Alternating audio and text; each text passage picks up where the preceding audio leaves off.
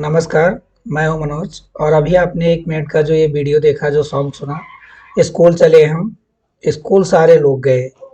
लेकिन बहुत सारे लोग उन्हीं में से स्कूल जाने के बाद में बहुत सारी बातें बताते हैं, बहुत सारी प्रॉब्लम बताते हैं, बहुत सारा संघर्ष बताते हैं। ये बात सत्य है, जो जितना ज़्यादा संघर्ष करेगा वो उतना ज़्यादा सफल होगा। लेकिन उनके साथ में और लोग भी स्कूल गए, उनकी नाव में बैठे, उनके पहाड़ों पे चले, साइकिल से गए, पैदल गए, उनके साथ और भी बहुत सारे लोग थे, वो अकेले नहीं थे। लेकिन जो लोग खड़े होते हैं वहाँ पे, वही लोग क्यों खड़े हो पाए? तो उनका भी एक अलग रीज़न होता है, अलग मतलब होता है, वही क्यों पहुँचे, दूसरे क्यों नहीं पहुँचे? तो उसके लिए भी अलग-अलग रीज़न है। स्कूल सब जा रहे हैं, लेकिन कुछ ही लोग सफल हो पा रहे हैं, बाकी लोग बीच में ही छूट जा रहे हैं। तो ये बहुत बड़ी सोचने की चीज़ है और आज हम इस वीडियो के माध्यम से बताएँगे कि जो हमारी किशोरावस्था होती है, उसमें जो शिक्षा होती है, उसपे हमें हमारे माता-पिता को और हमारे अध्यापकों को, क्योंकि समाज में पढ़ाने के लिए और हमारे समाज के लोगों को, इन बच्चों के लिए, इन किशोरों के लिए किस तरीके से ध्यान देना चाहिए, क्या-क्या चीज़ों की ज़रूरत इनको होती है और किन-किन चीज़ों पे ज़्यादा फ़ोकस करना चाहिए। आज हम इस वीडियो में यही बात करेंगे। अब इस अवस्था में जो मानव जीवन है, जो ह्यूमन बीइंग्स है और जो हमारे ये किशोर हैं, इनमें क्या होता है कि फिजिकल चेंजिंग आती है, यानी शारीरिक विकास में एकाएक चेंजिंग आती है। अब शारीरिक विकास होगा, अगर शरीर एकाएक डेवलप कर रहा है तो उसको ज़्यादा क्या चाहिए? न्यूट्रिशन चाहिए। तो हमें इनके भोजन पे ध्यान देना होगा, इनके पोषण पे ध्यान देना होगा।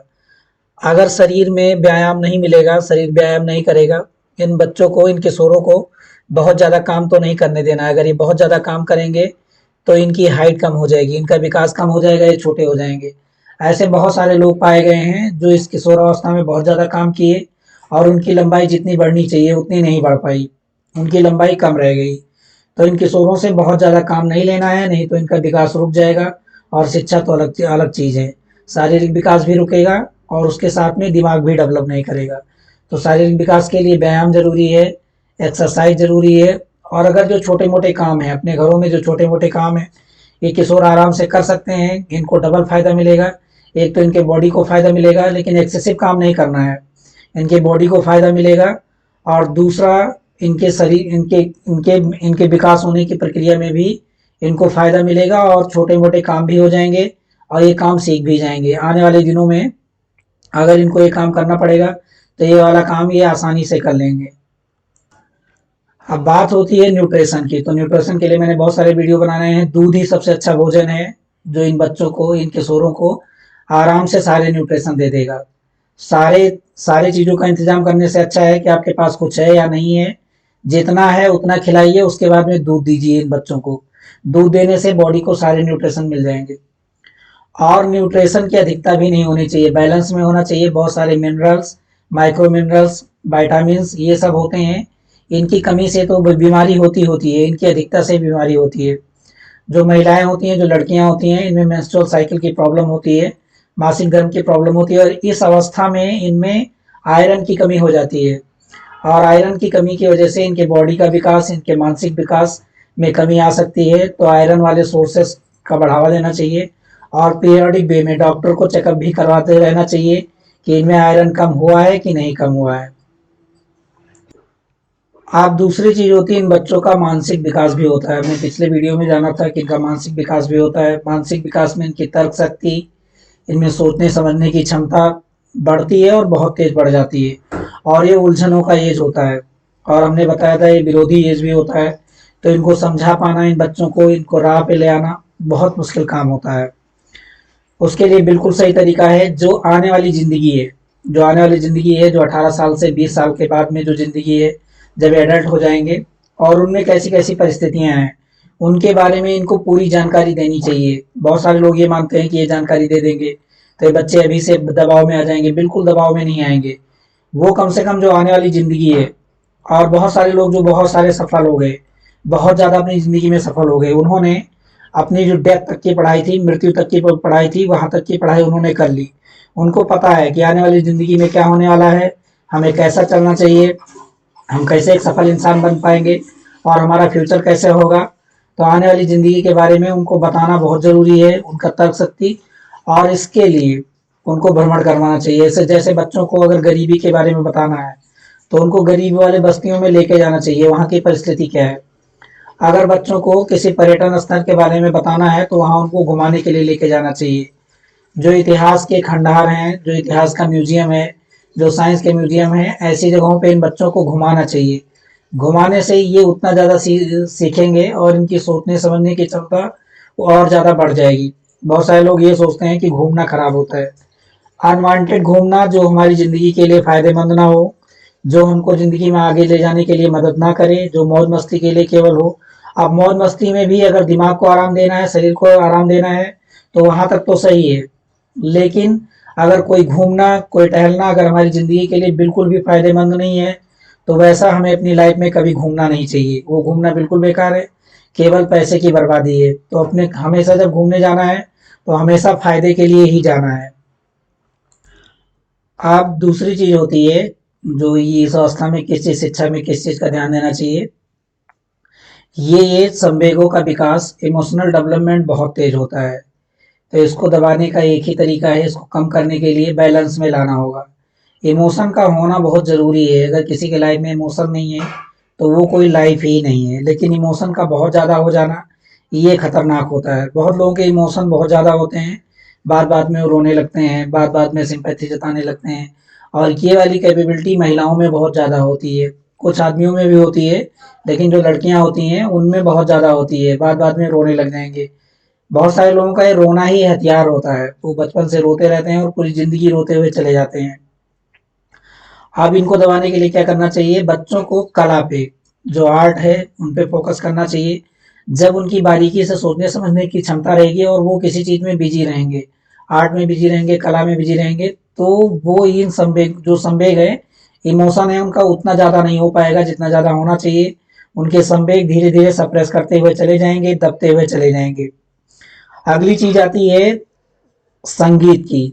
म्यूजिक एक ऐसा साधन है जो हमारे दिमाग को वाइब्रेट करता है और हमारे दिमाग को अस्थिर करता है। तो इन बच्चों को म्यूजिक में बिजी होना चाहिए, और म्यूजिक भी इतना ज़्यादा नहीं होना चाहिए कि 24 घंटे उसके आदी हो जाएं, नशा के शिकार हो जाएं और म्यूजिक ही सुनते रहें। लेकिन दिमाग को सुस्त करने के लिए, दिमाग को कंट्रोल करने के लिए, दिमाग को बैलेंस में लाने के लिए म्यूजिक एक बहुत अच्छा साधन है।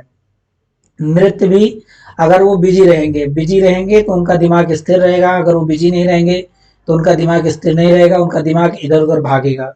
अगली चीज आती है सांस्कृतिक कार्यक्रम।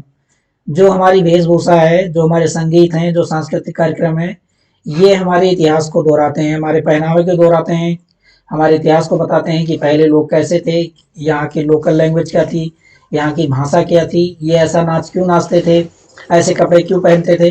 तो इनमें इन लोगों को इन्वॉल्व करना है, ये चीज़ें ये बच्चे सीखेंगे। और जो स्कूल की व्यवस्था है, जो पाठ्यक्रम है, वो इस टाइप के हैं, कहीं कहीं पे होते हैं ये चीज़ें और कहीं कहीं पे नहीं होते हैं। तो जहाँ पे नहीं होते हैं ये चीज़ें करवानी चाहिए, ये बच्चे अच्छे से पढ़ पाएंगे।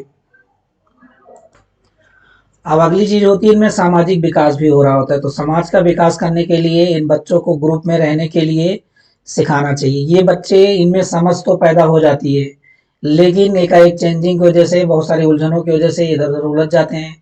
किसी की बातें इनको अच्छी लगती है, जो इनके जैसे सोचते हैं उनकी बातें इनको अच्छी लगती है, जो इनके जैसे नहीं सोचते उनकी बातें अच्छी नहीं लगती है। अब दोस्तों में भी इनके सारे दोस्त नहीं बन पाते, उनकी वजह यही होती है।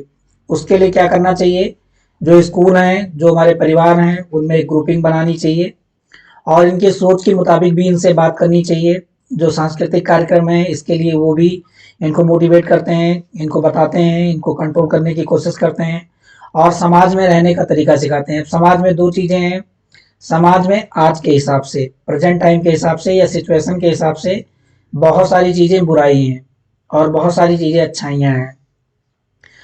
अच्छाई क्या है इनको बताना चाहिए, बुराई क्या है इनको बताना चाहिए, कौन से लोग बुरे हैं, कौन से लोग अच्छे हैं, अगर ये लोग बुरे बने हैं तो आगे चल के ये कैसे बनेंगे, अगर ये लोग खराब बने हैं तो इनमें क्या फ़ायदा होगा, ये कैसे खराब हो जाएंगे। इन चीज़ों की शिक्षा इन लोगों को बराबर देनी चाहिए और बिल्कुल नॉर्मल वे में इन लोगों को ये चीज़ें बतानी चाहिए कि ये चीज़ कैसे ऑपरेट होगी, कैसे चलेगी और आने वाले दिनों में समाज में कैसे अच्छा कर पाएंगे। तो सामाजिक शिक्षा, सोशल साइंस वाली शिक्षा बहुत ज़रूरी है। आज की जो शिक्षा है वो पूरी तरीके से साइंस पे बेस है और होनी भी चाहिए। उसका वजह क्या है कि अब हम लोग साइंस से ही घिरे हुए हैं। हमारी डेली की दैनिक जीवन जो हमारी दिनचर्या है वो साइंस से ही घिरी हुई है। हम हमारे पास मोबाइल है, हमारे पास इलेक्ट्रिसिटी है, हमारे पास फैन है, हमारे पास गाड़ी है, पूरी तरीके से यही है। और अगर ये नहीं रहेगी तो हम अपने जीवन के बेसिक चीज़ों को बिल्कुल भी नहीं समझ पाएंगे। लेकिन आज के लोगों का ये मानना है और ये बिल्कुल सत्य भी है कि जो शिक्षा में गुणवत्ता है, जो क्वालिटी है, वो घटती हुई चली जा रही है। उसका रीजन यही है क्योंकि जो हमारी मोरल एजुकेशन है, जो नैतिक शिक्षा है, वो कम होती जा रही है। जो हमारी सामाजिक शिक्षा है वो कम हो जा रही है होती जा रही है, और जो धार्मिक शिक्षा है, रिलीजियस शिक्षा है, वो कम होती जा रही है। जो धर्म है हमारे, वो हमारे इतिहास में भी झगड़े की जड़ बनते हुए चले गए। लोगों ने इसी का फायदा उठाया और आज भी धर्मों पे ही लड़ाई होती है। बहुत सारे लोगों का मानना ये है कि जो हमारे बहुत सारे कंट्री हैं जहाँ पे धर्मों को लोग नहीं मानते हैं, जहाँ पे लोग धर्मों को नहीं मानते हैं, जहाँ पे लोग धर्मों को नहीं मानते हैं, और उनका ये मानना है कि अगर धर्म रहेंगे तो धर्म ही सारी लड़ाई की जड़ है। ये तो बात बिल्कुल सत्य है। लेकिन जो हमारे कैरेक्टर, जो हमारे चरित्र का निर्माण होता है वो इन नैतिक शिक्षा से और इन्हीं धर्मों से होता है। जो धर्म है ये हमें नैतिक शिक्षा बताते हैं। धर्म का मतलब है लॉ, रूल, नीति। आज के दिनों में हमारे पास एक संविधान है और संविधान लाने की जरूरत क्यों पड़ी? क्योंकि ये धर्म थे, ये आपस में लड़ रहे थे। इनकी लड़ाई की वजह से इन धर्मों को इन जीवन को आगे बढ़ाने के लिए, मानव जीवन को बेटर करने के लिए धर्म लाए गए। तो धार्मिक शिक्षा बहुत जरूरी है। बहुत लोग सोचते हैं, ये बच्चे भी सोचते हैं कि ये धर्म गलत है। धर्म गलत नहीं है। मे भी हो सकता है जो बहुत सारी पुरानी बातें हैं आज के दिनों में उनमें सुधार आ गया हो, लेकिन सारे लोग नहीं सुधरे हैं। जैसे नशा करना गलत चीज है, तो क्या सारे लोग नशा नहीं कर रहे हैं? गलत रास्ते पे जाना गलत चीज है तो लोग गलत रास्ते पे नहीं जा रहे हैं। अगर रोड पे सेफ्टी रूल है कि अपने से बाएं चलना चाहिए, ट्रैफिक लाइट अगर रेड है तो उनमें उनको जंप नहीं करना चाहिए, तो क्या लोग जंप नहीं कर रहे हैं? तो इतने सारे ये कैसे आ रहे हैं? लोगों के पास गाड़ियों के पेपर नहीं है। तो वही सारी चीजें हैं, समाज को व्यवस्थित बनाने के लिए अलग अलग रूल बनाए गए हैं। और ये वाला जो संविधान है ये बहुत अच्छा चल रहा है। एक बार कचहरी में जाइए, न्यायालय में जाइए, कोर्ट में जाइए, कितनी ज्यादा अच्छाई है इसमें आपको अच्छे से समझ में आ जाएगा कि कितना ज्यादा अच्छा है, कितना ज्यादा बुरा है। ये बहुत ज्यादा सही है।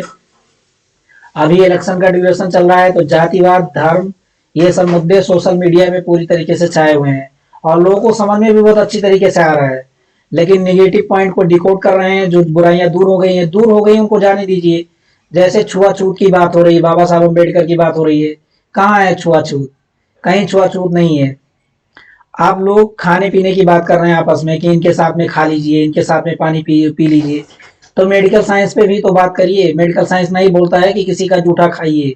मान लीजिए किसी के मुंह में बैक्टीरिया है और उसका बैक्टीरिया दूसरे के मुंह में चला जाएगा, उसको बीमारी हो जाएगी। कैसे इस चीज की सिक्योरिटी करेंगे आप? तो ये नहीं बोला जा सकता मेरा मन करेगा तो मैं किसी के साथ पानी पीऊंगा, मेरा मन करेगा तो मैं किसी के साथ खाऊंगा। और छुआछूत वाली भावनाएं कहीं नहीं है। लोग आराम से बसों में चल रहे हैं, आराम से ट्रेनों में जा रहे हैं, सब काम हो रहा है, कानून है और अच्छा है। वो सब चीजें बकवास की चीजें हैं, बिल्कुल भी नहीं है। तो ये हमारी सामाजिक शिक्षा और नैतिक शिक्षा, क्वालिटी एजुकेशन को बढ़ाने के लिए बहुत जरूरी है। और मोरलिटी का मतलब होता है क्या सही है क्या गलत है। जो नैतिक शिक्षा होती है ये हमें यही बताती है। आज की जो चीजें हैं ये हमेशा के लिए सही रहेंगी, ये बिल्कुल गलत है। जो आज सही है हो सकता है कल गलत हो जाए, या जो कल आने वाला कल है, जो चीजें पीछे सही थी वो आज गलत हो जाए, वो आज सही ना रह जाए। क्योंकि ये रिसर्च, एजुकेशन और हम लोगों का डेवलपमेंट जारी है। तो नैतिकता भी उसी पे और सिचुएशन पे बेस होती है। किसी का कत्ल कर देना, किसी को मार देना गलत है, लेकिन सिचुएशन के हिसाब से जब आपको खतरा है, आपके परिवार को खतरा है, तो उसका मर्डर आराम से किया जा सकता है। तो बच्चों को नैतिक शिक्षा देनी है, और नैतिक शिक्षा इसलिए देनी है अपने जीवन को बेहतर बनाने के लिए। जब वो नैतिक रहेंगे, मोरल रहेंगे, तो उनके चरित्र का निर्माण होगा, उनका करेक्टर अच्छा होगा और अपनी लाइफ में अच्छा कर पाएंगे वो, और अच्छी तरीके से अपनी जिंदगी जी पाएंगे, अपनी खुद की जिंदगी। तो इन बच्चों को दूसरों के लिए सोचने की जरूरत बिल्कुल भी नहीं है, क्योंकि अभी कुछ भी नहीं है। अगर ये कुछ करना स्टार्ट कर देंगे, दूसरों के लिए बहुत ज्यादा सोचना स्टार्ट कर देंगे। हेल्प करना जरूरी है, लेकिन दूसरों के लिए बलिदान देना भी जरूरी नहीं है। बलिदान जब दो जब आप कुछ बन जाओ। अब बहुत सारे लोगों का मानना है कि सबको एक समान शिक्षा देनी चाहिए, कोई बिल्कुल ऊंचा नीचा नहीं होना चाहिए, कोई इधर नहीं जाना चाहिए उधर नहीं चाहिए, ये बिल्कुल गलत है। सारे बच्चों को जातियों के पैमाने पे मत तौलिए। जातियां कुछ नहीं है, कामों के आधार पे और सामंतवादी व्यवस्था की वजह से जातियां बांटी गई थी, उसी के वो बहुत सारे लोगों ने मिस यूज किया। लेकिन ये कह देना कि ब्राह्मण ने ये कर दिया तो सारे ब्राह्मण गलत थे, क्षत्रियों ने ये कर दिया तो सारे क्षत्रिय गलत थे, सारे जातियों में लोग गरीब हैं, सारे जातियों में लोग अमीर हैं, सारी जातियों के लोग समय समय पर प्रताड़ित हुए हैं, ऐसा बिल्कुल भी नहीं है। ये सब बिल्कुल बेकार की बातें हैं। समस्याएं थी और समस्याओं का निदान मिल भी रहा है। तो सबको एक समान शिक्षा नहीं दी जा सकती। जिनमें जैसा हुनर है, जो विभिन्नताएं लोगों में है, क्योंकि व्यक्तिगत विभिन्नताएं, हर आदमी भिन्न है, सब में कुछ ना कुछ गुण है। एग्जाम्पल के तौर पे देखें, एक छोटी सी चिड़िया, छोटी से छोटी चिड़िया जो हमिंग बर्ड है, वो क्या करती है, अपना पंख 1 सेकंड में 72 बार फड़फड़ा सकती है। सब में अलग अलग ढंग है, हमारे में कुछ अलग ढंग है, हमारे अंदर कुछ और विभिन्नताएं हैं, किसी और में कुछ और विभिन्नताएं हैं। तो जो उसमें विभिन्नता जो अलग है, जो समाज से बिल्कुल अलग करती है और आने वाले दिनों में समाज को, इस अर्थ को, इस नेचर को फायदा पहुंचाएगी, वो वाले गुण उसको उभार के बाहर लेना लाना चाहिए और वही वाली शिक्षा उसको देनी चाहिए। बहुत सारे बच्चे शारीरिक रूप से बहुत मजबूत होते हैं लेकिन मानसिक रूप से उतने मजबूत नहीं हो पाते हैं। उन बच्चों को शारीरिक शिक्षा पे ज़्यादा बढ़ावा देना चाहिए और उनको उनके करियर को शारीरिक शिक्षा वाले रोजगार में लेके जाना चाहिए, जिनसे उनका रोजगार बनेगा। अब शारीरिक वाले को मानसिक पढ़ाया जा रहा है, मानसिक वाले को शारीरिक पढ़ाया जा रहा है, सब उल्टा पुल्टा है। जो बच्चे क्रिकेट खेलने में, फुटबॉल खेलने में माहिर हैं, उनको कुछ और ही बनाने की कोशिश की जा रही है। तो ऐसा बिल्कुल नहीं करना है। उनके करियर का निर्धारण, उनकी पढ़ाई उसी हिसाब से करना है और जो पक्ष उसका मजबूत है, जिसके लिए वो यूनिक बिहेवियर में है, यूनिक है, उसी पे ज़्यादा जोर देना है, तो बच्चा बहुत ज़्यादा डेवलप करेगा। तो सबको एक समान पढ़ाया नहीं जा सकता है। अब जितने भी बॉडी के करेक्टर होते हैं वो सारे डेवलप हो चुके होते हैं, लेकिन एक ऐसा करेक्टर होता है, जितने भी सिस्टम है हमारे बॉडी में, हमारा ये रिस्पायरेटरी सिस्टम है, हमारा यूरोजेनेटियल सिस्टम है, हमारा हमारा ये ब्लड सर्कुलेटरी सिस्टम है, हृदय प्रसंचरण तंत्र है, बहुत सारे तंत्र हैं जिनसे हमारा बॉडी काम होता है, बॉडी काम करता है। लेकिन एक ऐसा सिस्टम है जो है रिप्रोडक्टिव सिस्टम। ये सिस्टम आके इसी किशोरावस्था में डेवलप होता है। ये शिक्षा इन बच्चों को आराम से देनी चाहिए क्योंकि ये डेवलप हो रहा होता है, डेवलप हो नहीं गया होता है और डेवलप एकाएक होता है। बहुत सारे लोग ऐसा मान लेते हैं कि ये शादी वाली एज है, आप बच्चों की और इन बच्चियों की शादी कर देनी चाहिए। और लोग मनुस्मृति पढ़ते हैं, बोलते हैं वहाँ बहुत अच्छा नहीं था। अभी जो कोरोना काल बीता है, सारे लोग एकदम से सक्षम हो गए हैं और भारत सरकार आराम से काम कर रही है और सारे लोग एकदम से जागरूक हैं, सब कुछ फिट है। लेकिन एक आंकड़ा है, एक डाटा आया है कि इसी कोरोना काल में जिन बच्चों के और जिन बच्चों की शादी की गई है वो अपनी 18 साल की एज ही नहीं पूरी कर पाए थे। अब ये मॉडर्न इंडिया है, 2024 है और बहुत सारे लोग बहुत सारी डकैती कर रहे हैं, लेकिन लोगों की समझ बहुत कम है। इस एज में इनके जो रिप्रोडक्टिव सिस्टम है ये डेवलप कर रहा होता है, डेवलप होता नहीं है, डेवलप कर रहा होता है और ये अप टू मेडिकल साइंस के हिसाब से 23 साल तक जाता है और ये बच्चे भी नहीं समझ पाते और इनके बड़े लोग भी नहीं समझ पाते। तो इनको अलग तरीके से इनको इसकी शिक्षा देनी चाहिए, what is male reproductive system और what is female reproductive system. बशर्ते मैं मानता हूँ कि बच्चे आगे चल के डॉक्टर नहीं बनेंगे, मेडिकल के क्षेत्र में नहीं जाएंगे, लेकिन अपने शरीर की बेसिक जानकारी रखना सबके लिए जरूरी है। हमारा शरीर कैसे काम करता है और हमारा शरीर कैसे डेवलप करता है, तो ये वाली शिक्षा इस वाले एज में इन बच्चों को देनी चाहिए और वेल एजुकेट करना चाहिए, तो ये बच्चे अपने जिंदगी में, अपनी लाइफ में बेहतर कर पाएंगे। अब ये बच्चे क्या बोलते हैं, जो किशोरावस्था में जो बच्चे होते हैं, ये बोलते हैं कि हम बड़े हो गए हैं, लेकिन ये बड़े हुए नहीं होते क्योंकि ये एडल्ट नहीं होते। चाहे आपकी साइंस लगा लो, चाहे मेडिकल साइंस लगा लो, चाहे कोई वेद लगा लो, चाहे कुरान लगा लो, चाहे कुछ भी लगा लो, ये बड़े नहीं होते हैं, पर इनकी बिगड़ने की पूरी अधिकतर संभावना होती है। ये कैसे बिगड़ते हैं इसके लिए हम अलग वीडियो रिकॉर्ड करेंगे। और ये जो चीज़ें मैं बता रहा हूँ ये लाइव बता रहा हूँ, कैसे कैसे मेरे दोस्त पीछे छूटे, बहुत सारे लोग कैसे बर्बाद हो गए, कैसे कुछ नहीं कर पाए, ये बिल्कुल लाइव है, मैं ज़्यादा पढ़ाई करके नहीं बोल रहा हूँ।